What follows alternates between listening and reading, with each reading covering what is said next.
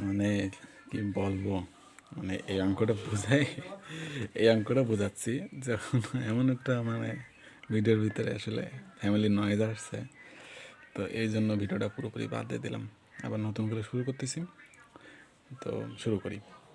তো সকালে যে ম্যাথটা দেখছিলাম, সেই ম্যাথটা যেটা এই যে এখানে যেটা বোঝাইছিলাম, এই ম্যাথটার মতো যে ম্যাথগুলো আছে সেগুলো একটুখানি প্র্যাকটিস করলে তোমার ওই পাশের ম্যাথগুলো ঝামেলা মিটে যায়। আর ম্যাটেরিয়ালসের মধ্যে এই ম্যাথটা যেটা কস্ট অ্যাকাউন্টিংয়ের 105 নম্বর পেজে, যেটা এই ম্যাথগুলো বি পার্টের জন্য খুবই ইম্পর্টেন্ট। আর ম্যাটেরিয়ালস থেকে এইসব ম্যাথগুলো খুবই আসে, আর একদম সহজ। জাস্ট একটা সূত্র মনে করলে তোমার সব অঙ্ক ওই জায়গায় ক্লোজ হয়ে যাবে, এই টাইপের অঙ্ক ইও কিউরে যেটা বলে। তো আমরা প্রথমে যদি বলি, প্রশ্নটা পড়ি। Chandni manufacturing company products a certain type of products. তাদের কিছু টাইপের প্রোডাক্ট আছে, তারা বলছে the annual usages of materials 40,000 unit. তাদের যে তুমি লেখাগুলো একটুখানি বাদ দাও, হ্যাঁ। বলতেছে তাদের ম্যাটেরিয়ালস 40,000 তারা ইউনিট লাগে, হ্যাঁ। 40,000 ম্যাটেরিয়ালস ইউনিট লাগে তাদের প্রতি বছর, ঠিক আছে। তারপরে এই যে the annual usages of materials 40,000 units, এটা আমাদের অ্যানুয়াল ইউজেস, আমাদের প্রতি বছর, আমাদের যে কোম্পানি প্রতি বছর সেখানে 40,000 ইউনিট আমাদের প্রোডাক্ট লাগে, ঠিক আছে। তারপর বলেছে এই যে পরের লাইনটা বলেছে the incremental cost of the placing and order is টাকা 90 টাকা। আমাদের যে 90 টাকা যেটা, এটা হলো আমাদের ইনক্রিমেন্টালের অর্ডার কস্ট, আমাদের অর্ডার কস্ট, আমাদের এই জিনিসটা অর্ডার দিতে আমাদের যে খরচটা হবে, 40,000 ইউনিট অর্ডার দিতে আমাদের যে খরচটা হবে, সেটা হলো আমাদের অর্ডার কস্ট, ঠিক আছে। সেটা হলো 90 টাকা। বলেছে and the cost of storing is টাকা 15। আমাদের ওই যে কস্ট, আমাদের যে প্রোডাক্টটা আমরা পারচেস করলে সেখানে তো আমাদের বাসায় আনা লাগবে, তাই না? বাসায় কোম্পানিতে আনা লাগবে, তাই না? তো সেই কোম্পানি থেকে আনার আমাদের যে কস্ট অফ স্টোরিং, আমাদের যে হলো ঘর আছে, সেই ঘরে আনার জন্য আমাদের 15 টাকা করে খরচ হবে, ঠিক আছে। যেটারে বলে ক্যারিং কস্ট, ওকে। তারপরে you require to EOQ calculate EOQ, আমাদের ইউকিউ বের করতে বলেছে। আর কত নাম্বারে যে also number of the orders to made in year, কত নাম্বার আমাদের অর্ডার, কতটুকু অর্ডার করতে হবে সেটা। তো এই যে সূত্র যেটা, এটা একটু বেসিক না জানলে আসলে সূত্র মুখস্থ না করা ছাড়া এটার অন্য কোনো ওয়ে নাই, যেটা কোনো শর্টকাট নেই। সূত্রটা মুখস্থ রাখতে হবে। আর ইউকিউ এই যে তখন লিখছিলাম আগের ভিডিওতে, সেটা হলো ইকোনমিক্স অর্ডার কোয়ান্টিটি। বাংলা যদি আমরা বোঝার চেষ্টা করি, এমন একটা কোয়ান্টিটি, এমন একটি পারচেস যেখানে তোমার সব থেকে কম খরচ হবে, হ্যাঁ, সব থেকে কমে তুমি পারচেস করতে পারবে। এটা হলো আমাদের সব ইউকিউর ঠিক আছে। আমাদের সব থেকে কমে আমরা কিনতে পারবো যে জিনিস, এমন একটা কস্ট যেখানে আমাদের ভিডিও বানানোর পরিবেশ নেই, পাশের থেকে একটা এত বকবক করতেছে, কিছু বলার নাই। ওকে, আমরা আমাদের কনসেপ্টে ফিরে আসি, ঠিক আছে। তো ইউকিউ আমাদের বাংলা যেটুকু বোঝার চেষ্টা করি, সেটা হলো এমন একটা পার্সেসের আমাদের ম্যাটেরিয়ালস, হ্যাঁ, এমন একটা জিনিস যেখানে আমরা সব থেকে কম কম খরচে আমরা সেই জিনিসটা পারচেস করতে পারবো, ঠিক আছে। আমার লাগবে 40,000 ইউনিট, এখানে যে প্রশ্নটা বলছে আমাদের লাগবে 40,000 ইউনিট। তো এমনভাবে আমরা পারচেসটা করবো যাতে আমাদের ইউনিটগুলো খুব কম খরচ আমরা কিনতে পারবো, হ্যাঁ, খুব কম খরচ আমরা কিনতে পারবো। এটা এটা হলো আমাদের মেন আর কি, এই সূত্রটার মেন অ্যাপ্লাই এটাই, ঠিক আছে।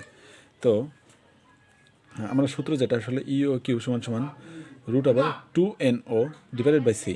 2NO, এই এনকে আবার অনেক জায়গায় এই যে তখন লিখছিলাম 2AO বলে, একে অ্যানুয়াল কনজাম্পশন বলে, তো এই জন্য একে এ দিয়েও প্রকাশ করে। এখন এখানে এন দিয়ে প্রকাশ করে বলে এনই এনতে অ্যানুয়াল কনজাম্পশন, আমাদের প্রতি বছর যতটুকু আমাদের খরচ লাগবে, এখানে 40,000 রয়েছে। এই যে 40,000 ইউনিট আমাদের লাগবে প্রতি বছর, আমাদের 40,000 ইউনিট লাগবে, ঠিক আছে। তো 40,000 ইউনিট লাগবে, আর আমাদের প্রতি কস্ট হবে, আমাদের অর্ডার করতে এই 40,000 ইউনিট প্রতি খরচ হবে আমাদের এই যে 90 টাকা করে, 90 টাকা করে আমাদের খরচ হবে, ঠিক আছে। আর সূত্র হলো ইওকিউ সমান সূত্র হলো √2NO divided by C. 2NO divided by C, এটা হলো আমাদের সূত্র, ঠিক আছে। তো সূত্র আমরা তো একটু মুখস্থ করতে হবে, √2NO ডিভাইডেড বাই সি। তো এন বলতে আমাদের অ্যানুয়াল, যেটা এই যে অ্যানুয়াল ইউজেস যে ম্যাটেরিয়ালস, সেটা এন, এটা বলে এন। আর ও বলতে আমাদের অর্ডার কস্ট, যেটার আগে অর্ডার লেখা থাকবে সেটা হলো আমাদের অর্ডার কস্ট, এরকম অর্ডার লেখা থাকবে প্রতিটা অঙ্কে, ঠিক আছে, অর্ডার কস্ট, ওকে। আর সি হলো আমাদের ক্যারিং কস্ট, এই যে কস্ট অফ স্টোরিং, এটা মানেই ক্যারিং, ঠিক আছে। ওখান থেকে আমাদের আনতে যে কস্ট খরচটা হবে সেটা আমাদের ক্যারিং কস্ট, বহন খরচ, সেটা 15 টাকা, ওকে। তার যেখানে যেখানে যার মান সেটা, এই যে 2 তো সূত্রে 2, ওর কোনো মান নেই আলাদাভাবে। এন মানে আমাদের অ্যানুয়াল কনজাম্পশন, সেটা হলো 40,000 বসাই দিয়েছে। আর অর্ডার কস্টের আমাদের 90 টাকা ছিল, সেটা বসাইছি। আর ক্যারিং কস্টের 15 টাকা, সেটা আমরা এখানে বসায় ফেলছি। ক্যালকুলেশন করে জাস্ট আমাদের উত্তর আছে 693 ইউনিটস। মানে 693 ইউনিটস যদি আমরা অর্ডার দিই, তাহলে আমরা সব থেকে কমে আমরা পারচেস করতে পারবো, মানে আমাদের খরচটা সব থেকে কম হবে। মানে এই অর্ডার খরচ দিয়ে তারপরে ক্যারিং খরচ দিয়ে আমরা সব থেকে কমে পারচেস করতে পারবো। 73 ইউনিট করে 693 ইউনিট করে যদি আমরা নিতে পারি। হ্যাঁ, আর তারপরে বলছিল যে নাম্বার অফ অর্ডার্স, মানে আমরা কতগুলো অর্ডার দিলে 40,000 ইউনিট আমরা পেতে পারবো। তো এটা তো সেই একদম সহজ।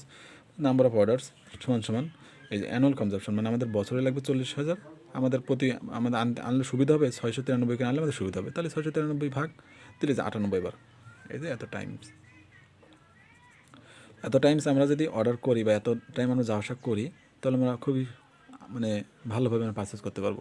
এই জিনিসটা মানে আমাদের নাম্বার অফ অর্ডার, মানে আমরা কতবার অর্ডার দিলে আমাদের 40,000 ইউনিট পূরণ হবে। হ্যাঁ, এই যে 693 সাথে 98 গুণ করলে 40,000ই হবে। মানে আমাদের এই 40,000 ইউনিট ভজাতে হবে আর কি। সেটার জন্য আমরা কয়বার এই যে 693 করে আমরা কিনবো, তাহলে কয়বার কিনবো সেটা তো বোঝা যাচ্ছে, ভাগ দিলেই 98 বার কিনবো। তো পরের অঙ্কটা যেটা একটুখানি দেখাচ্ছিলাম, একটুখানি ওয়েট। এই যে অঙ্কগুলো সব একই, মানে সূত্র একই, √2NO / C। তো এই অঙ্কটা যদি আমরা দেখি, হ্যাঁ, মানে একটুখানি এই যে আমাদের টোটাল রিকোয়ারমেন্ট বলে দিয়েছে 75,000 ইউনিট, ঠিক আছে। আর এই যে এই জায়গায় যে লাইনটা হাইলাইট করছিলাম ওই সময়, এই যে purchase price of the product is টাকা, এই যে 1.5, তার মানে 1.5 টাকা। অ্যানুয়াল ক্যারিং কস্ট ইজ 20%, মানে আমাদের 1.5 টাকা করে আমাদের যে খরচটা হয় পারচেসের, হ্যাঁ, প্রোডাক্টের প্রাইস, তার পিছনে আমাদের 20% হলো ক্যারিং কস্ট। হ্যাঁ, তার মানে এই যে এখানে যেটা দেখাচ্ছিলাম, এই যে ওর 20%-ই আমাদের এটা ক্যারিং, মানে এটা সির মান, ঠিক আছে, এটা সির মান। এই যে এই টাকাটার 20% হলো আমাদের সির মান। এই যে ক্যারিং কস্ট ইজ 20%, ওই টাকার 20%। হ্যাঁ, আর এই যে বলছিলাম অর্ডার যদি লেখা থাকে কোনো কস্টের আগে অর্ডার লেখা আছে, তার মানে এটা আমাদের ওর মান, ঠিক আছে। এটা সির মান পেলাম, তাহলে এই যে এখানে রয়েছে ওর মান আমাদের 18, সির মান আমাদের এই যে 0.3 আমরা ক্যালকুলেট করছিলাম। আমি সেই সময় অঙ্কে এই জায়গাটা বুঝাচ্ছিলাম, এই জায়গায় তখন ভিডিওটা কেটে গেছে। তো এই যে টোটাল বেড়ে গেল 3,000 ইউনিট। এবারে যে 3,000 ইউনিট আমাদের টোটাল লাগবে 75,000, তাহলে 3,000 ভাগ দিলে আমরা 25 বার যাওয়া আসা করলে আমাদের 75 ইউনিট বোঝা যাবে, ঠিক আছে। তো এবার 20 নম্বর অঙ্কটা দেখি। এই যে 10 নম্বর অঙ্ক, এটা 20 সালে আসছিল, তার মানে খুবই গুরুত্বপূর্ণ এখনকার জন্য। হ্যাঁ, দাঁড়াও ফোকাসটা দিয়ে নিই। এই যে 20 নম্বর, মানে 10 নম্বর 2020 সালে আসছিল। তো এখানে আমাদের যে প্রশ্নটা আমরা একটু আগে যে দুটো দেখলাম, সেটার মধ্যে যদি আমরা দেখি, এখানে বলেছে annual demand for a article 4,000 unit. তার মানে এটাই কিন্তু আমাদের অ্যানুয়াল, হ্যাঁ, মানে এনের মান, ঠিক আছে। এটা আমাদের এনের মান, মানে অ্যানুয়াল যেটা লাগবে সেটা আমাদের এনের মান। তো বলেছে এটা ক্যারিং কস্ট, একবারে বলে দিয়েছে ক্যারিং কস্ট 8 টাকা, মানে এটা সি, ঠিক আছে। তারপরে এই পাশে বলেছে ইফ দ্য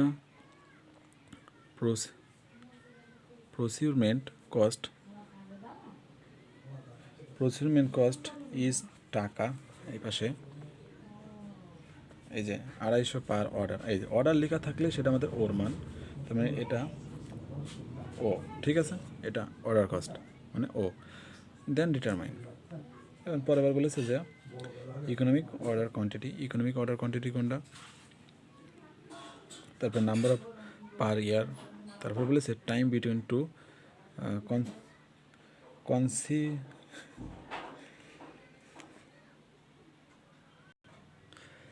তারপর বলেছে 9 বিটুইন টু কনসিকিউটিভ অর্ডার্স, মানে আমাদের একটা অর্ডারের পর কতদিন পর পর অর্ডার করতে হবে সেটা, ঠিক আছে। আর এটা হলো আমাদের কতবার অর্ডার করতে হবে সেটা, আর এটা ইও কিউ, ঠিক আছে।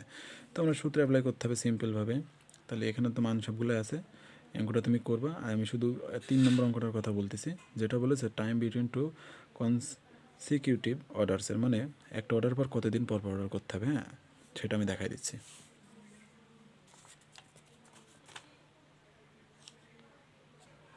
এই যে কনসিকিউটিভের যে সূত্র সেটা আমি এখানে লিখতেছি। হ্যাঁ, মানে এটা একদম সহজ।